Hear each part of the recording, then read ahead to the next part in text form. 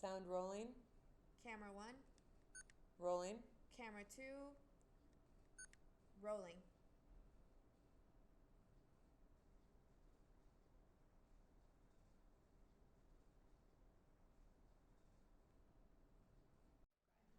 My name is Laura Podalsky. I am a professor in the Department of Spanish and Portuguese at The Ohio State University, and I also teach in the Film Studies program there. My specialty is Latin American film studies and cultural studies, with a specialty in urban studies, affect studies, and youth studies. So I arrived at Tulane in 1988 to complete the MA program in Latin American Studies. I came to Tulane because of its interdisciplinary focus. It was one of the very few programs, and I believe even to today, it's one of the very few programs with a doctorate, not only an MA, but a doctorate in Latin American Studies. And so I went on for a PhD until 1995. And only 3 of us went on to complete the doctorate in my generation. And so it was an exciting possibility because it allowed me to continue the type of work that I've been doing as a BA in Latin American Studies, but at a much broader scope, right, given the resources here at Tulane and through the Stone Center. So when I left the center and got my first job and then my second job, I think I was always surprised a little bit because I sort of figured that the Stone Center and what we lived here as Latin Americanists was going to be found in all different places, and it isn't, right? And so I think it was something to aspire to. A way of dialoguing with colleagues, of collaborating across disciplines that was quite unique. And it was also made possible by the amazing library that's here. And one finds out when one leaves that you don't always have a full, all the volumes of Cine Cubano, or all of the old newspapers that you could just get here. So I think it kind of sets a standard of how to support Latin American studies as an evolving field in a collaborative way.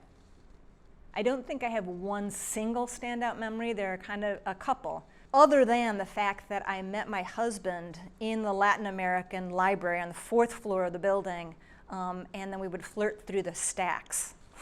So that's a very personal memory, but it's very strongly associated with the Stone Center. More generally, I would say that a strong memory is that every fall we would have something that at that time was unfortunately called a meeting of the tribes. And that meant that every fall we would, the Stone Center would sponsor an event where everybody would get together. That would be the MA and PhD students in Latin American Studies, all the faculty who were Latin Americanists in different departments, all of the graduate students in different departments that were Latin Americanists, and we'd all have a party.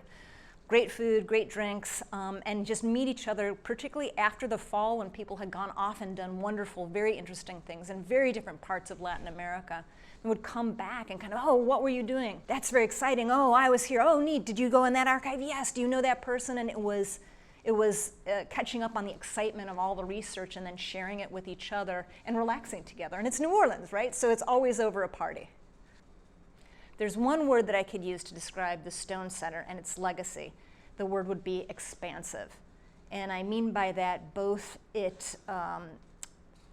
center always supported a broad array of faculty and fields and initiatives, right?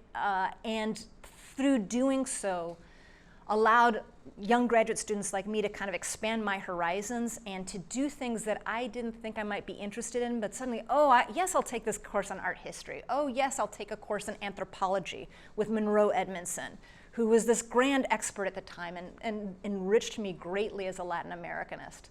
So it's expansive in terms of its scope and expanding in terms of what it left on the people who've gone through the program. This is nerve-wracking.